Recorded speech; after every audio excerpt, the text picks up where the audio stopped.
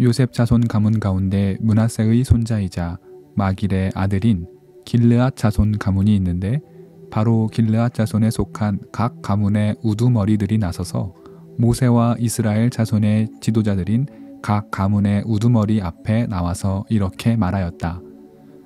이 땅을 제비 뽑아 이스라엘 자손에게 분배하여 유산을 삼게 하라고 주님께서 어른께 명하셨을 때에 주님께서는 어른께 우리의 친족 슬로보핫의 토지 유산을 그의 딸들에게 주라고 명하셨습니다. 그러나 그 딸들이 이스라엘 자손의 다른 지파 남자들과 결혼할 때에는 그 딸들이 받은 유산은 우리 조상 대대로 물려온 유산에서 떨어져 나가 그 딸들이 시집간 그 지파의 유산이 될 것입니다. 그렇게 된다면 우리 지파의 몫으로 분배된 유산의 일부를 우리는 잃고 맙니다. 이스라엘 자손이 누리는 희년이 되어도 그 딸들이 물려받은 유산은 그 딸들의 시집지파의 유산에 합쳐질 것이므로 결국 우리는 조상 대대로 물려받은 지파 유산에서 그만큼의 유산을 잃는 것입니다. 주님의 명을 받들어 모세가 이스라엘 자손에게 명령하였다. 요셉 자손 지파의 말이 옳소. 민수기 36장 1절에서 5절 말씀. 민수기의 마지막 장면에 다다랐습니다. 출애굽한 이스라엘 공동체의 사연 많고 고달픈 여정도 이제 중반전 이후로 다다르고 있습니다. 두 번의 인구조사와 여러 번 휘청거렸던 이스라엘의 죄, 그리고 하나님의 진노와 용서로 민수기는 짧지만 굴곡 많은 이야기를 담았습니다. 오늘 우리의 본문은 그 민수기의 마지막입니다. 민수기의 마지막은 매우 흥미로운 장면을 우리에게 들려줍니다. 민수기 27장의 슬로보핫의 5딸 사건을 다시 다루기 때문입니다.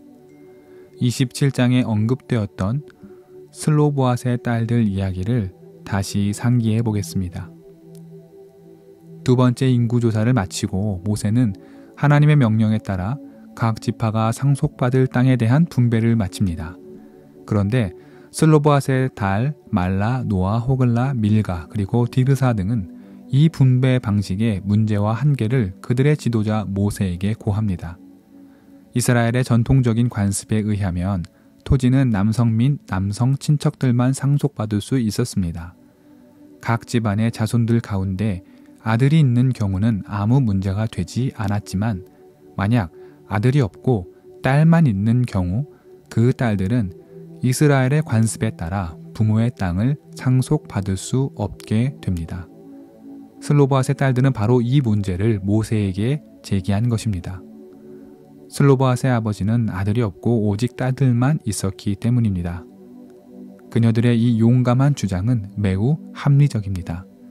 아들이 없다는 이유로 상속의 자리에서 배제될 수 없었기 때문입니다. 모세 또한 그녀들의 주장이 무시될 수 없음을 알았고 또 동시에 전통적인 관습 문제를 쉽게 변경하거나 바꿀 수 없었기 때문에 곧바로 하나님께 이 문제를 고합니다. 하나님은 슬로바앗의 딸들의 주장을 받아들입니다. 하나님 보시기에 그녀들의 주장은 매우 합리적이고 타당했습니다. 하나님의 명이 내렸고 딸들은 자신들의 부모의 땅을 유산으로 상속받을 수 있었습니다. 그렇게 해결된 것처럼 보였던 상속 문제가 민수기 마지막 장에 다시 제기된 것입니다. 땅을 딸들에게 상속으로 주는 것은 문제가 되지 않지만 만약 이 딸들이 자신의 지파 외에 다른 지파의 남성들에게 시집가는 경우 그들의 소유의 땅에 소유권 문제가 발생할 수 있었기 때문입니다. 가령 슬로보앗의 딸 가운데 한 명이 타 지파 남자와 결혼하게 되면 본래 요셉 지파의 땅이었던 그의 땅이 다른 지파의 소유로 넘어가게 되는 것입니다. 이 문제 제기는 므낫세의 손자이자 마길의 아들인 길르앗 자손에 속한 각 가문의 어른들이 주축이 되었습니다. 슬로보앗의 딸들은 므낫세 지파에 속해 있기 때문에 딸들의 집안 어른들이 문제를 제기한 것입니다. 이들의 주장 또한 합리적인 부분이 있었습니다. 슬로보앗의 딸들의 땅은 그녀들의 주장과 하나님의 허락하심으로 온전히 그녀들의 땅이 되었는데, 만약 그녀들 가운데 누군가가 다른 지파의 남성과 결혼한다면 이 또한 이스라엘의 전통적인 상속법에 따라 므낫세 바깥 지파의 땅이 되어버리니 말입니다.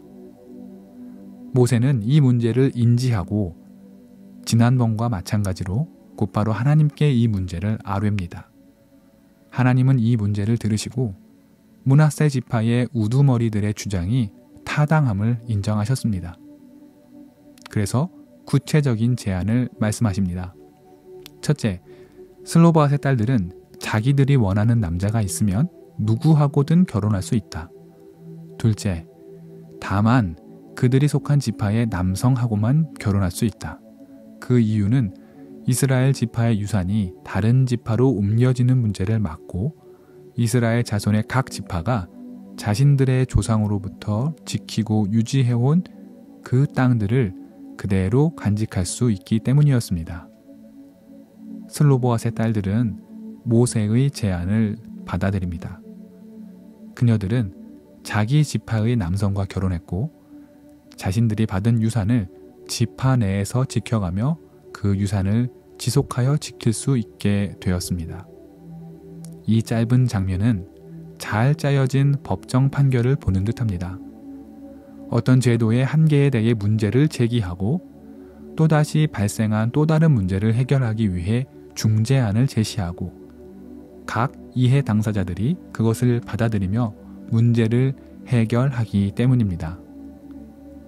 슬로보앗의 딸들의 유산과 지파 상속의 문제는 짧지만 출애굽 신세대들의 추후 여정에 있어 매우 의미 있는 메시지를 던지고 있습니다.